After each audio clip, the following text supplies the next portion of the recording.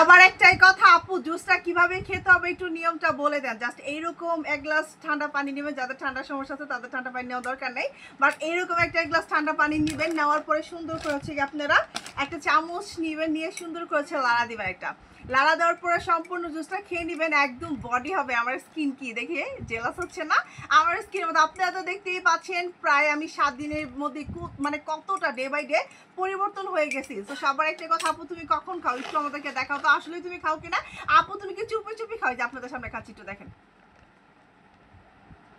বিশ্বাস করেন, মনে হলো পৃথিবীর যত সুখ সব হচ্ছে গিয়ে আমাদের কোলাজেনে।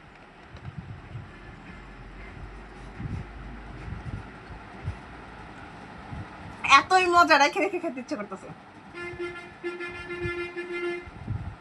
এইটা খেলে সম্পূর্ণ বডি হবে দুধের মতো সাদা ভসা, পা থেকে মাথা পর্যন্ত বডির যত স্পট আছে সব দূর হয়ে যাবে।